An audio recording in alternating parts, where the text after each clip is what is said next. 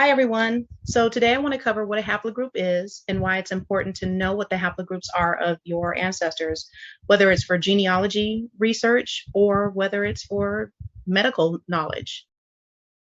So I'm here on the pedigree view of my cousin's family tree, and this is one of my favorite examples to show because we worked really hard to identify the haplogroups of a lot of his ancestors. So of course there's his patrilineal ancestor, then his matrilineal ancestor, as well as other ancestors that are elsewhere on the tree for him. What you'll see here on the right hand side are notes depicting what the yDNA or mtDNA haplogroups are of his different ancestors. So we've really been able to note who is African or who is European or otherwise. Before I explain this chart though, I do want to point out that this process can help descendants of enslaved ancestors as well as descendants without any enslaved ancestors. If you follow the blog of Roberta Estes et al., she did talk about using this process to identify an elusive Native American ancestor among her tree in this manner. There are a lot of folks who are testing who are finding that they have trace African or Native American in their results that they weren't expecting. So this is a way to identify some of those elusive ancestors that you would not normally be able to identify. So looking back at the pedigree view of my cousin's family tree, we have John Powell represents his patrilineal ancestor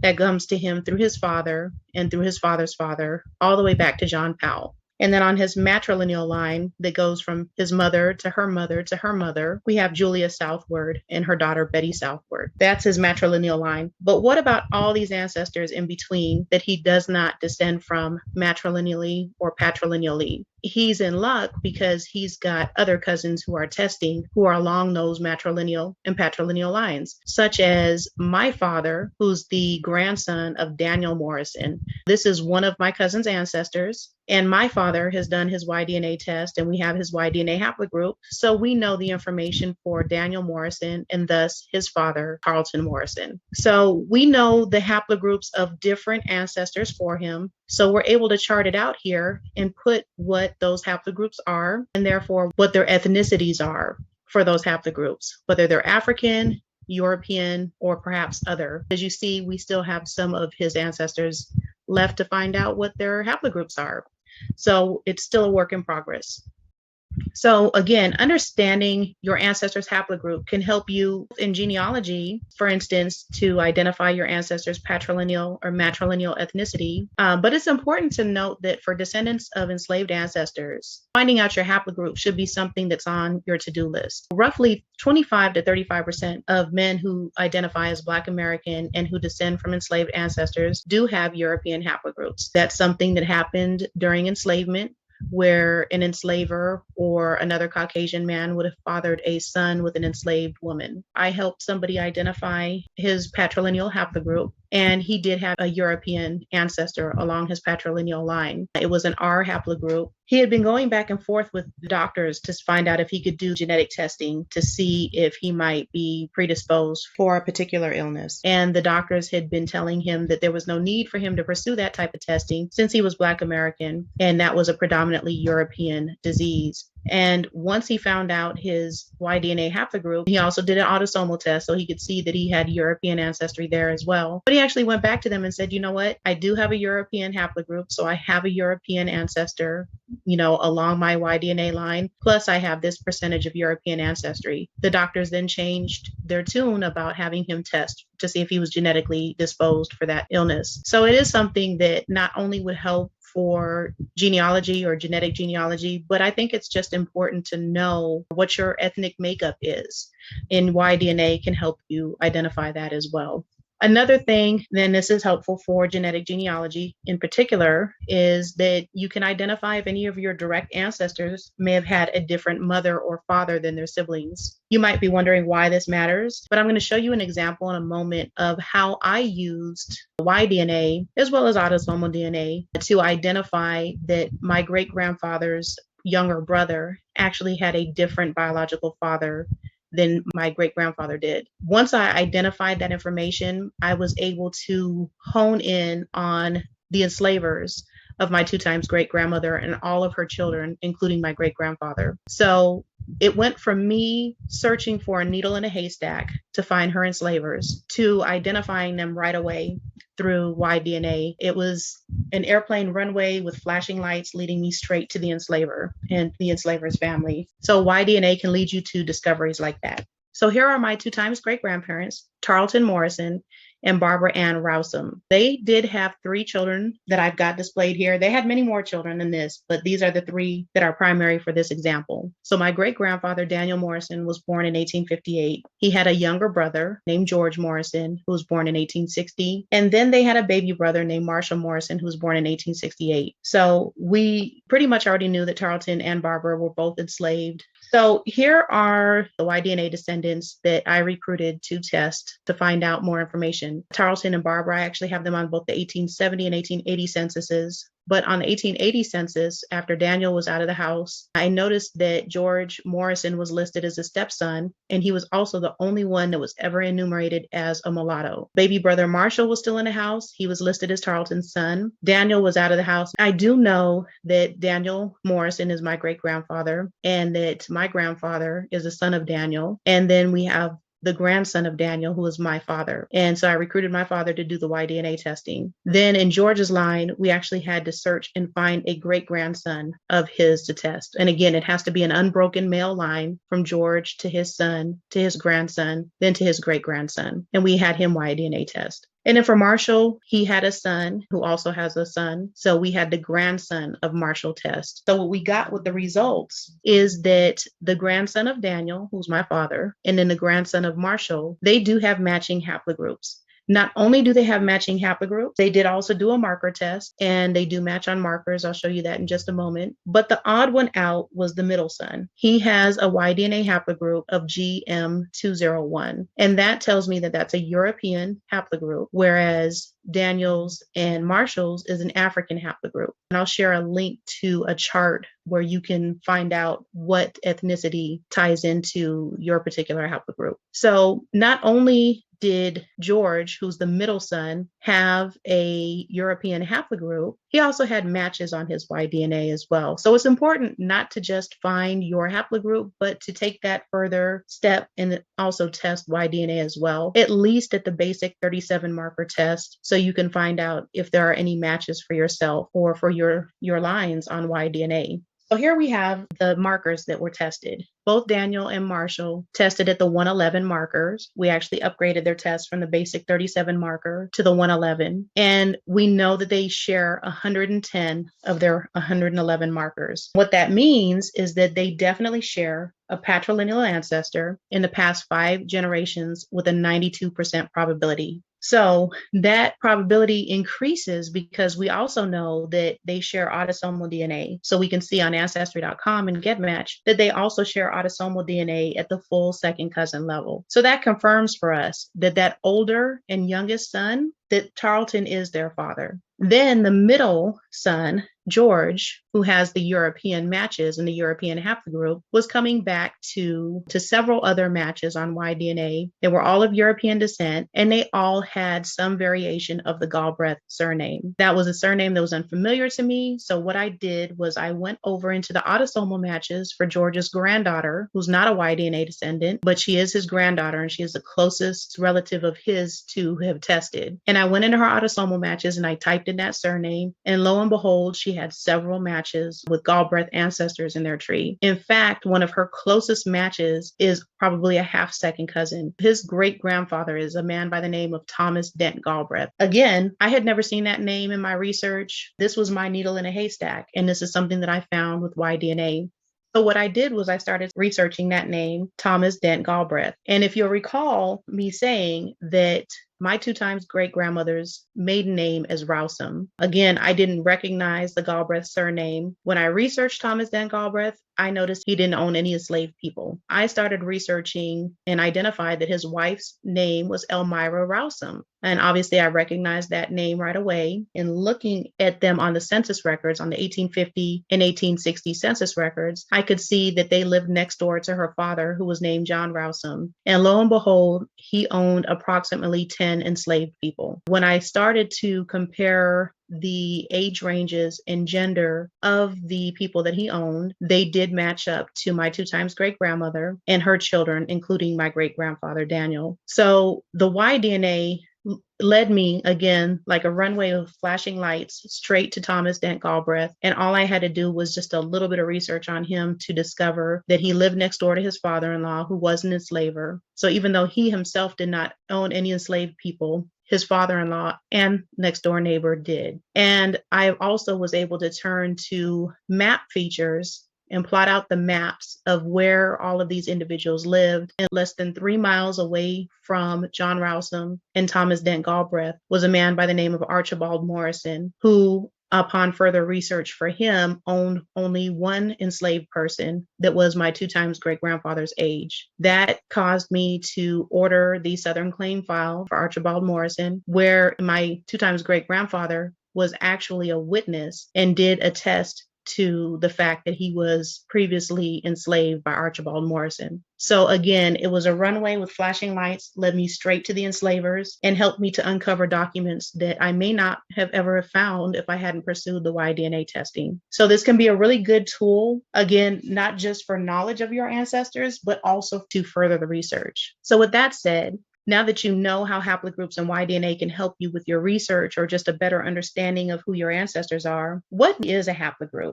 The best way to think of it is that your haplogroups represent the ancient ancestors that you descend from. So think of the haplogroup names. So a couple of them, for example, are EM2 or RM269. You can think of those as placeholders for the names of ancestors who lived so long ago that their names have been lost to time. So knowing the haplogroups of any of your ancestors can take you beyond the paper trail in your genealogy research. And it can also confirm or disprove your line of descent from particular ancestors, even when a paper trail doesn't exist. So looking back to my example, there is no documentation anywhere that I will ever find that says the biological father of George Morrison is Thomas Dent Galbraith. I had to look to yDNA and autosomal DNA to help identify that. So there's no paper trail that says Thomas Dent Galbraith is his father, but there's significant DNA evidence that says that Thomas Dent Galbraith is his father. So let's take E-M2, for example. That's a name of a haplogroup. It's a very old haplogroup, and it represents an ancestor for many men of Black American or African descent. This particular ancestor lived roughly 16,000 to 40,000 years ago in Africa. If you look at RM269, that represents a different ancestor, mostly for men of European descent, but also a small percentage of Black American men due to enslavement. We know that several enslavers and Caucasian men would father children with enslaved women. So whenever that child was a genetic male, they would carry their father's Y-DNA. So this RM269 ancestor lived roughly 6,000 to 13,000 years ago in Europe. So these are my father's haplogroups. These are my cousin John's haplogroups. So I've had my father and John both test on various sites. So when they did the 37 marker test, and even going up to the 111 marker test on FamilyTreeDNA, we got that very old ancestor, E-M2. And then when I ran the raw DNA files through the YSeq clad finder, I got a little bit newer of a haplogroup. It's called E-M191. And then on 23andMe, we got the haplogroup of EP252. So when I began doing the DNA testing, I was confused. Why am I getting 3 different haplogroups? What does it mean, and how are they connected to each other? Are these the same haplogroups and just different nicknames? What's going on? So my question was, which one was right? The answer is all 3 are correct. So remember when I told you your haplogroups actually represent ancient ancestors you descend from. We all have multiple different ancestors, so it only makes sense that different tests will reveal your different haplogroup ancestors. And that's what's happening. That's why you're getting those 3 different haplogroups. Those haplogroup ancestors lived at different times in history. The younger haplogroups are direct descendants of the older haplogroups.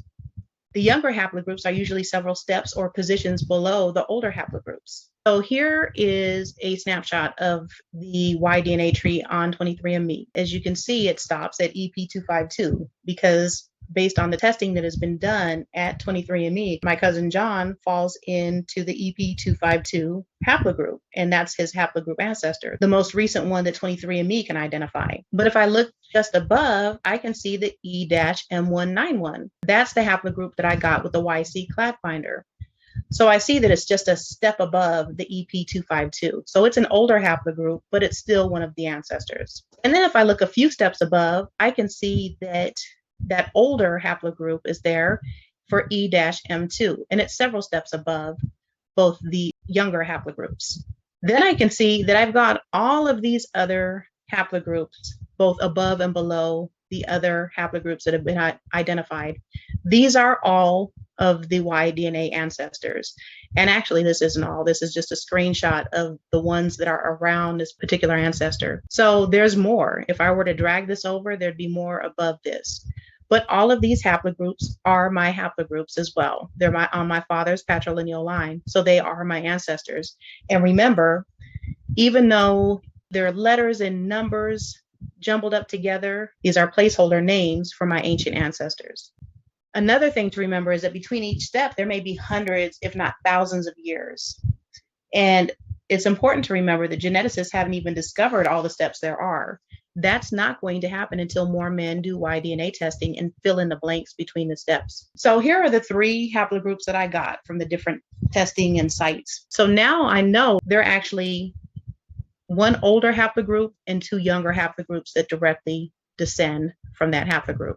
What I've done also is I've had my father do a big Y 700 test on FamilyTreeDNA because, again, in genealogy, I want to find his most recent haplogroup. So I was able to determine through the big Y test that his most recent haplogroup is going to be EFT 17849. And that does represent an ancestor that's around 2,000 years old. And again, until more men do the Y-DNA test, I'm not going to get anything more recent than that. But as more men test, and if they fall into his haplogroup, they're going to help to fill out the tree and narrow down the lines of connections that everybody has. So there may be somebody's test in progress today that is going to show me an ancestor that's maybe 150 to 200 years ago that we share an in common ancestor. Perhaps refine the haplogroup that is displayed here to something new. So what are the ages of these haplogroups? So E-M2, like I said, it's an older ancestor. That ancestor is roughly 16,000 to 40,000 years old. Then EM191 is roughly 5,300 years to 6,100 years old. Then P252 is roughly 4,800 to 5,300 years old. And then the latest, the most recent haplogroup I have for my father is roughly 2,000 years old. So how did I find those ages of those haplogroups? Looking at the yDNA trees. So FamilyTreeDNA has a public yDNA haplotree, and YFull has taken some of the data from the FamilyTreeDNA tree and built their own tree as well using that data. And they're also building in other branches with data from other testing companies. And then 23andMe has a yDNA tree, but it's not public. You have to have tested with 23andMe. You can go to this particular link and it will take you right to your particular yDNA tree, which could be different from my father's. And so I will show you these trees, and the links to these trees are available in the details below the video. So I'm actually going to start out going to the YFull tree, and just going to this blank part in the tree actually takes me to the root ancestor, which is yDNA Adam. And I can click this button here to search. And I'm going to search for M2, which is E-M2. I'm just not including the E and the dash. And if I click on search, it displays E-M2 here for me. And then it takes me right to that location on the yDNA tree. And I can see all the descendants below EM2 and then their descendants as well. But right here is where it contains the age, that it's roughly the time, the TMRCA means time to most recent common ancestor, and formed is, 39,000 years ago is when this haplogroup formed. 39,000 years before present. YBP stands for years before present. So that's where you can get the rough estimate of the age for this haplogroup. So next I want to search for the M191. Click that here. And again, I have the age here. I can see all the descendants for this particular haplogroup. But up here in the white boxes, I also get to see the line of descent. And I can go here and see that it's several steps between M191 and M2 here. So these are all descendants, direct descendants of EM2, leading all the way down to M191. Next, I want to search for P252.